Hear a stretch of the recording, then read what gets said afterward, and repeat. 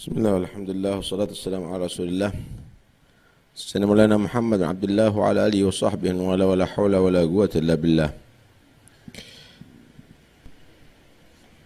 Al-Habib Abdullah bin Abdul Haddad mensifatkan anak cucu Rasulullah sallallahu alaihi wasallam, para habaib, dalam bait syairnya minal fatiminiyan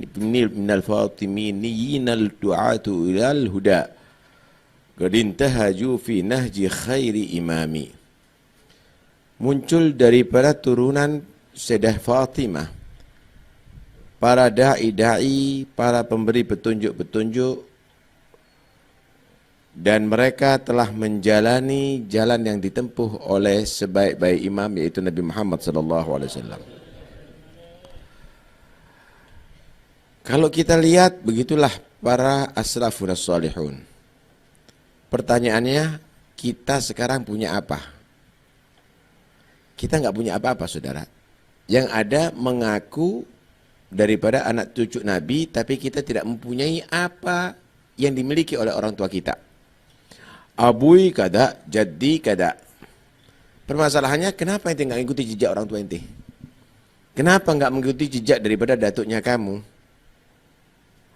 Lah kalau kita, abahnya ahli ngaji, anaknya ahli menyanyi, abahnya misalnya alim, anaknya jahil, ini jadinya ada iya, hanya pengakuan-pengakuan, nggak akan membuktikan itu semuanya, ya ikhwani. Karena itu, jadikan kalau kamu itu turunan orang yang alim, untuk membuat semangat kamu, talabul ilm, mencari ilmu. Jadikan kamu itu kalau turunannya orang yang soleh, untuk menggerakkan kamu untuk bersemangat menjadi orang yang soleh. Bukan hanya cukup dengan datukku soleh, kemudian aku nggak soleh. Sama dengan orang menyatakan, cukup datukku makan kenyang, berarti aku nggak perlu makan, gitu. Cukup datukku sehat, berarti aku nggak perlu menjaga kesehatan, begitu. Nggak bisa begitu. Pertahankan itu semuanya. Apa yang dimiliki kemuliaan, keistimewaan oleh dadut-dadut kamu, maka kamu akan menjadi anak beneran nantinya. Karena itu carilah ilmu yang manfaat. Ilmu yang manfaat adalah ilmu yang mendekatkan kamu kepada Allah Subhanahu wa Ta'ala. Imam Ghazali menyatakan yang disebut ilmu manfaat adalah ilmu yang membuat kamu itu zuhud terhadap dunia, bukan cinta dunia. Itu ilmu yang manfaat. Pandangan, kemuliaan akhirat, kebahagiaan akhirat, masuk surga. Dunia adalah tempat untuk kita beramal, tempat kita untuk memanfaatkan kehidupan ini, memperbanyak amal soleh sebagai bekal untuk ke alam akhirat. Ayo koreksi. Selama hidup di atas dunia, apa yang kita lakukan? Dha'atil a'maru fi gilin wa gali wa khayalin wa syighalin bil muhali. Habis umur ini berpuluh-puluh tahun hanya sekedar pandai cerita kita.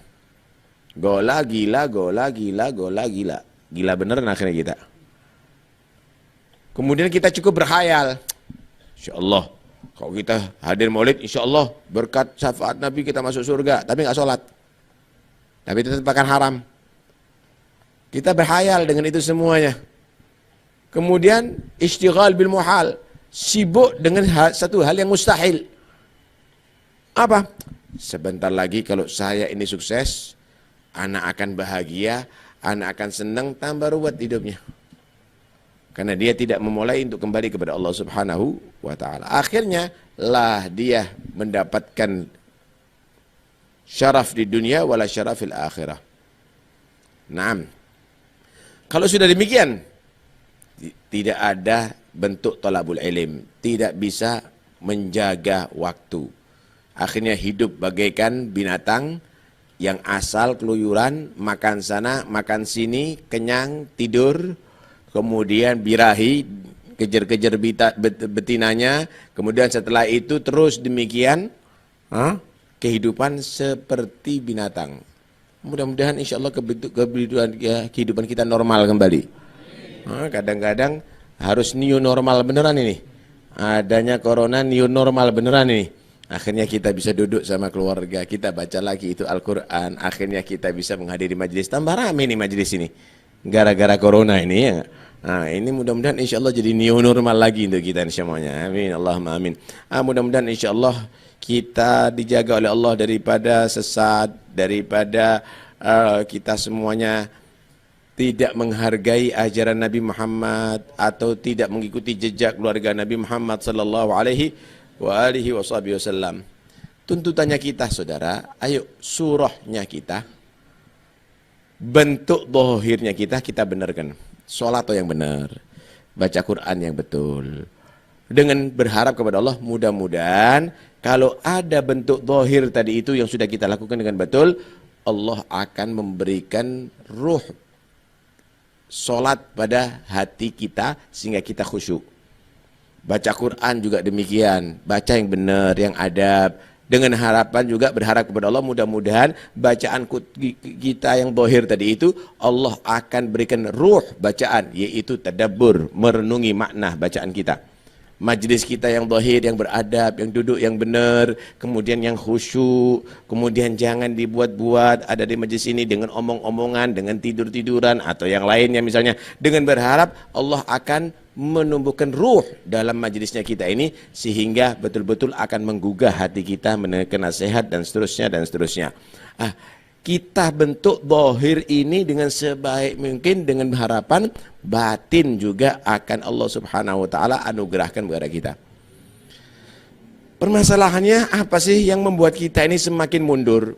Kualitas ibadah kita dibandingkan orang tua kita, apalagi datuk-datuk kita kok mundur?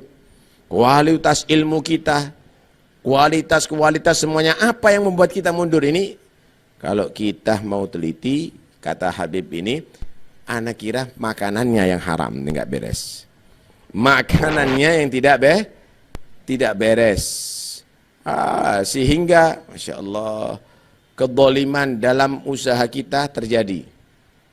Kadang-kadang kita menekan kepada orang dalam kerjanya kita. Zulum. Kadang-kadang kejem sama saudaranya sendiri, tidak dibantu. Sakit pun kadang-kadang nggak dibantu, padahal bisa bantu. Kejem, zulum. Terjadi kezaliman. Kemudian akhirnya mempunyai akhlak yang tidak baik. Ya? Berakhlak dengan akhlak cara barat, cara timur, cara itu. Selain itu, nggak ada lagi yang ngobati diri kita. Nggak ada lagi yang nasihati kita. Orang-orang tua kita sudah nggak ada. Orang-orang bijaksana sudah nggak ada. Nggak ada yang bisa ngingetkan kita semuanya. Waqad dhahabal usatu waqad tafanau wa warahum 'anil absari turbu. Orang-orang seperti Habib Alwi, orang-orang yang salihin, mereka sudah kita tidak dapati. Mereka sudah ditutup oleh Allah Subhanahu wa taala dengan tanah, artinya sudah pindah di alam kubur mereka semuanya. Satu saat Sayyidina Abu Bakar, Sayyidina Umar masuk ke rumah Ummu Aiman. Menangis untuk Ummu Aiman. Menangis. Sayyidina Abu Bakar tanya, apa yang membuat kamu menangis, wahai Ummu Aiman? Kata dia. Bilang, aku menangis karena dengan meninggalnya Nabi berarti tidak ada wahyu lagi. Kita setiap saatnya itu mendapatkan kiriman dari Allah, wahyu lewat lisan Rasulullah SAW. Tapi sekarang sudah nggak ada Nabi, nggak ada wahyu lagi yang turun lagi. Masya Allah. Akhirnya Sayyidina Abu Bakar juga nangis, Sayyidina Umar juga nangis dari situ. Pertanyaannya, adakah mata anda menangis karena kehilangan itu semuanya? Karena kehilangan akhlak daripada orang tua kamu, ilmu orang tua kamu, magam dari orang tua kamu, karamah daripada orang tua kamu, istiqamah daripada orang tuaku. Adakah itu menangis semuanya? Ini pertanda apa saudara? Hati sudah mulai kaku. Hati kita sudah mulai membajah. Hati kita sudah tertutup dengan perbuatan dosa kita, maksiat kita, dan akhlak kita yang tidak bagus. Kalau memang ada masih benih semangat dalam hati kita, ya mulai sekarang. Ayo. Sekarang kita mendapatkan nasihat. Kita sudah mendapat cambuk ada di sekarang ini. Dengan kalamnya Habib Ahmad bin Abdurrahman As-Siggaf ini. Sekarang mulai. Lah kalau terus demikian kita tidak bersadar-sadar, datang mati kemudian dalam keadaan model begini, dalam keadaan tidak ada sedikit pun mau berubah, tidak dalam keadaan tetap aja begini, tidak sadar, apa nantinya matinya kita? Ya rugi, pisah nanti akhirnya dari datuknya sendiri. Mau kumpul sama siapa ente? Mau kumpul dengan para ulama datuk-datuknya ente? Enggak punya ilmu. Mau kumpul dengan aulia? Ngikuti aja enggak? Mau jadi wali apa? Ngikuti akhlaknya enggak. Mau kumpul sama siapa kita nanti di hari kiamat? Karena itu sekarang saatnya harus berubah. Jangan diterus-teruskan kita menjadi summum bukmun umyun. Menjadi orang yang buta, menjadi orang yang tuli, menjadi orang yang bisu. Sekarang saatnya kita harus berubah. Mudah-mudahan Allah Subhanahu wa taala beri kekuatan kita untuk bisa melawan nafsu kita, untuk bisa benar-benar menjadi orang mujtahid, orang-orang yang semangat dan bisa memerangi nafsunya kita.